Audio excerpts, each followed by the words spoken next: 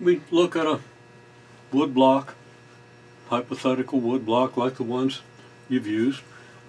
Dimensions 4 inches here, 5 inches here, 8 inches here, and then with a slope of 0.5 in the y direction and slope of 1.5 in the y direction and 0.5 in the x direction.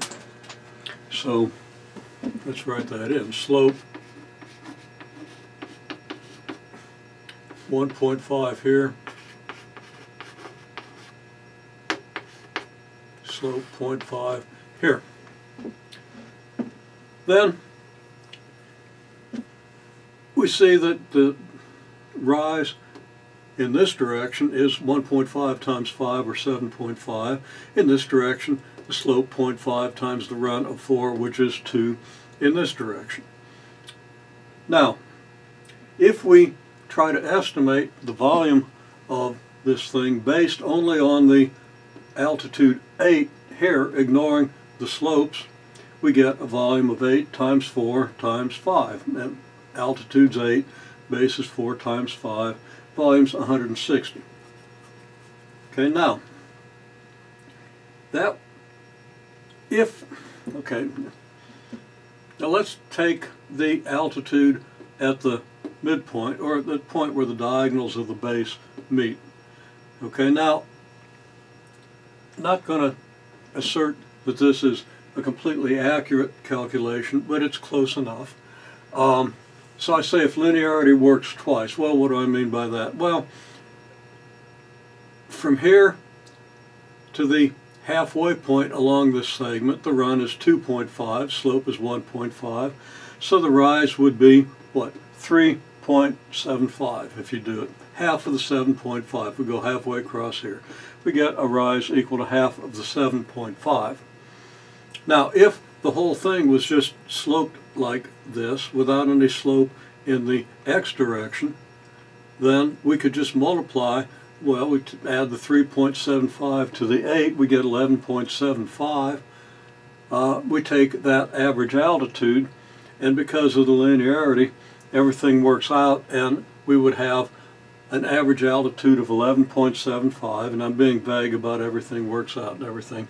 Just saying the average altitude would in fact be 11.75. Now, there's a question of whether that actually works, and you should maybe think about the question. If we then add to the 11.75 we would get from original altitude of h, a run halfway across here, and then a rise of 3.75. If we add to that the rise that we would get by moving halfway along this 4-unit base to the halfway point here, corresponding to the x-coordinate of this point, we would have a rise of 1 between here and the halfway point. If we add that 1 to the 3.75 to the 8, we get 12.75. Now, whether that gives us the accurate volume of this figure, again, you think about it, maybe think about the direction of the normal vector to the actual surface at the top, the plane at the top, and determine whether that's completely accurate or not. But even if it's not completely accurate, it's close. So we actually get 12.75, taking the original 8, the change in the z-coordinate due to a change of 2.5 in the y direction, add that to the change in the z-coordinate due to a change of 1 in the x direction. You get a z-coordinate of 12.75 at the middle, and if we use that as a basis for at least getting a close estimate to the actual volume of this figure, we get a volume of 205. Okay, altitude at this midpoint is 12.75, less than the altitude you would get here, and actually less than the altitude you would get here, a little more than the altitude you would get here. Multiply that out, we get 205, and our percent error, or our proportional error, and actually I kind of did that wrong. I based the proportional error on the 160, but the proportional error in calculating this, calculating the volume just based on this altitude as opposed to the more accurate calculation on this altitude, we got 28%. I really should have probably divided by the 205, but the principle is going to work out. And think about what I should have actually divided by. I should have divided by a more accurate value of the altitude. This is the 205 is kind of the most accurate value we have for that volume. In any case, we get 28% dividing by the wrong altitude. If I'd have divided by the right altitude, it would have been more like 20%. Or divided by the right volume, by the most accurate determination of the volume. Anyhow, okay, now, let's say now that we essentially divide this base into 4 equal rectangles. I didn't quite get that one in the right direction. And calculated the volume of each of these rectangles based on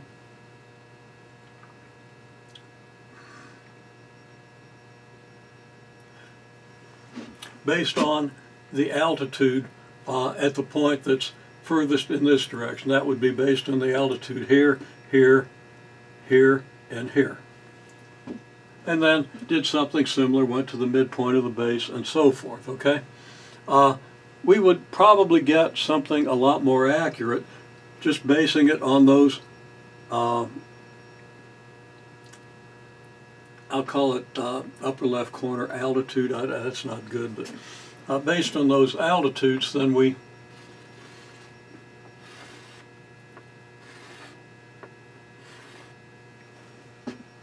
would have gotten, here, we'd had a smaller percent error, okay?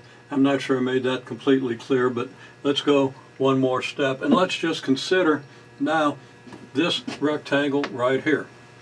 And let me just shade the base of that rectangle,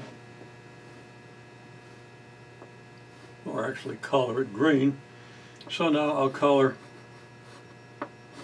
this base green to indicate that this represents the portion of the surface that lies above this rectangle here. And I actually should have divided this into 5 rectangles here so that each rectangle becomes a square with dimensions 1 by 1. So I've got a 1 by 1 square with one corner at my original point where the altitude is 8. So that's what we're representing here. Okay, well, if the altitude is 8 and the area of the base is 1 by 1, which is 1, well, the volume is 8. The volume of this figure is 8. If I go to the point where the diagonals intersect and estimate the height at that point, well, let's think about the fact that the slope here is 1.5. If the run is 1, we're going to rise 1.5. Here, the slope is 1/2, the run is 1, we rise 0.5. Okay, if we rise half this much, corresponding to moving half a unit from here to here, then half of that's 0.75, and half of the rise we get here, which would correspond to moving from here to here, would be 0.25. That would be a total of 1. So that the altitude at this point would be 9 or very close to 9.